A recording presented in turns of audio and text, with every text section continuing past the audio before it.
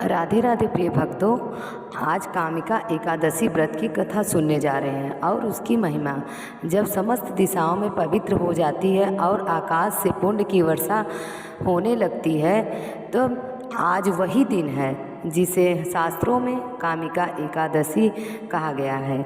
एक ऐसी दिव्य तिथि जो समस्त पापों का नाश करती है, जीवन में शांति और प्रभु के समीपता का वरदान देती है। आज है सावन मास के कृष्ण पक्ष की कामिका एकादशी और आप सभी को कामिका एकादशी की बहुत बहुत शुभकामनाएं। हरे कृष्ण। प्रिय श्रोताओं, आज हम वंदन करते हैं 11 माता को, जो व्रत की प्रेरणा है, जो भक्ति की राह है और जो मनुष्य को श्री हरि की शरण में लाकर पूर्व जन्मों के बंधन से मुक्त कर देती हैं। और अब आइए हम सभी अपने चित्त और शांत करें और भगवान विष्णु के उस स्वरूप का ध्यान करें। और वामन भी हैं, मधुसूदन भी हैं और योग निद्रा के स्वामी भी हैं, जिसका तेज तीनों लोकों को अलौकित करता है और जिनके स्मरण मात्र से जीवन की धन्य हो जाता है। आइए आपको लेकर चलते हैं उस अद्भुत दृश्य में जहाँ हस्तिनापुर का राजमहल आज हम विशेष रूप से अलौकित हैं। महाराज युधिष्ठिर अपने राज्य सिंहासन पर बैठकर ध्यान मग्न हैं। हृदय में श्रद्धा है और नेत्र में प्रभु के दर्शन की प्रतीक्षा है। और तभी आकाश में मधुर संगीत गूंजता है। स्वर्ण विमान पर विराजमान श्री कृष्ण अपनी तेजस्वी मुस्कान, शांत नेत्रों और करुणामय दृष्टि के साथ हस्तिनापुर के प्रांगण में अवतरित होते हैं। युधिष्ठिर महाराज हाथ जोड़कर नमन करते हैं और प्रश्न करते हैं कि हे प्रभु, कृपा करके बताइए कि कौन सी एकादशी मन, वचन और कर्म को पवित्र करके प्रभु के समीप ले जाती है। तब श्री कृष्ण मुस्कुराते हुए कहते हैं कि राजन, आज मैं तुम्हें बताऊंगा कामिका एकादशी व्रत की वह पुण्यमय कथा जो देवताओं द्वारा भी वंदनीय है। तो आइए प्रिय श्रोताओं, प्रभु श्री हरि के स्वरूप 11 माता की वंदन करते हैं और श्री कृष्ण के श्री मुख से निकली इस कथा पावन में हम अपने मन, वचन और आत्मा को अर्पित करें। श्री पद्म पुराण में वर्णित कामिका एकादशी की कथा के अनुसार एक बार धर्मराज युधिष्ठिर ने भगवान श्री कृष्ण से पूछा, हे गोविंद वासुदेव, आपको नमस्कार है। श्रावण मास के कृष्ण पक्ष में कौन सी एकादशी होती है? अब कृपा करके उसका भी वर्णन कीजिए। तब भगवान श्री हरि बोले, राजन सुनो, मैं तुम्हें एक पाप नाशक उपाख्यान सुनाता हूँ, जिसे पूर्व समय में ब्रह्मा जी ने नारद जी के पूछने पर कहा था। नारद जी ने प्रश्न किया कि भगवान कमलासन में अपने से यह सुनना चाहता हूँ कि श्रावण के कृष्ण पक्ष में जो एकादशी होती है उसका क्या नाम है, उनके कौन से देवता हैं और उसमें कौन सा पुण्य मिलता है, प्रभु के यह सब बताइए।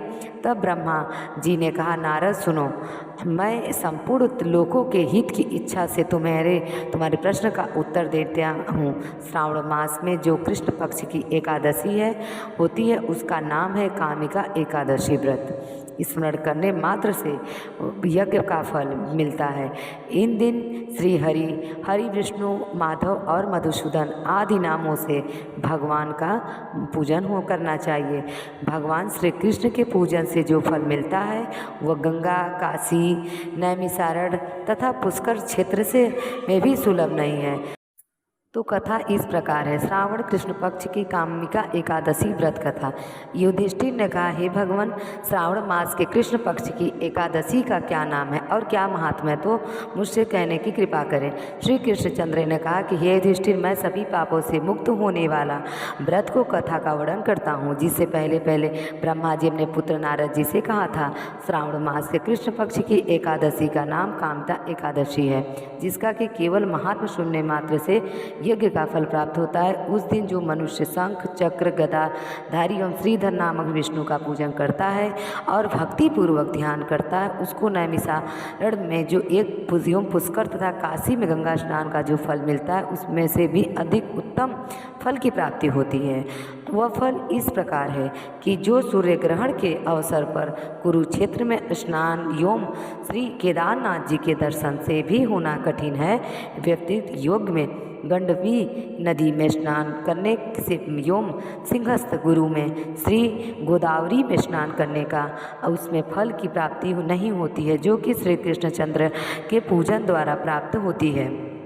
कामिका एकादशी का व्रत करना और रखना, समुद्र के पर्यंत भूमि का दान करना और दोनों का फल एक समान है। श्रावण मास में भगवान श्री हरि के पूजन करने से गंधर्व देव उरंग और पतंग इत्यादि की भी पूजा योग्य होते हैं। अस्तु में उपापंग में लिप्त एवं सारूपी संसार में फंसे हुए हैं। इस प्रकार के मनुष्य को स्वयं उद्धार के निमित्त कामिका एकादशी के दिन अनेकों प्रत्यंत पूर्वक व्रत करके श्री भगवान का प्रतिपूर्वक पूजन करना चाहिए। इससे उत्तम पाप मुक्त होने का अन्य व्रत नहीं। अध्यात्म विद्या जिनको ज्ञात है उनको जिस फल की प्राप्ति होती है उस फल की प्राप्ति मनुष्य को कामदा एकादशी का व्रत करके रात्रि में जागरण करने से ही होती है। कामदा एकादशी के व्रत का ही प्रभाव है जो योगियों ने मुक्ति प्राप्त की है।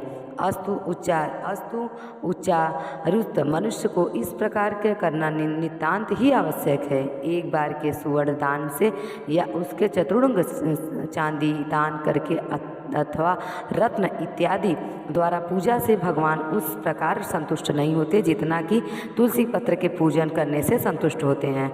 जिन मनुष्यों ने तुलसी की मंजरी द्वारा भगवान की पूजा की है वे अपने जन्म जन्मांतर के घोर पापों को भी नष्ट कर डालते हैं।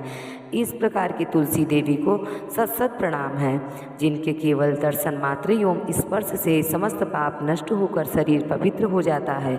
जो मनुष्य एकादशी के दिन भगवान को रात्रि में दीपदान करते हैं उसकी फल प्राप्ति के चित्रगुप्त भी नहीं समझ सकते हैं। उस दिन जो मनुष्य रात्रि पर्यंत भगवान की प्रतिमा के सम्मुख दीप को जलाया करता है उसके पितर लोक को अमृत प्राप्त होता है। घृत एवं तेल के दीप से दीपक जलाने वाले को कामदा के प्रभाव द्वारा स्वर्ग लोक की प्राप्ति होती है।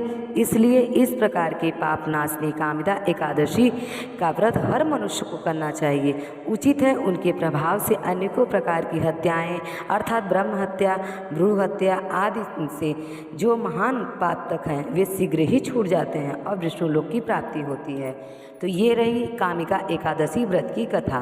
तो आप कामिका एकादशी व्रत की कहानी जरूर सुने और पूजा श्री हरि की अवश्य करें। आरती करने के बाद ये कथा व्रत पूर्ण होता है।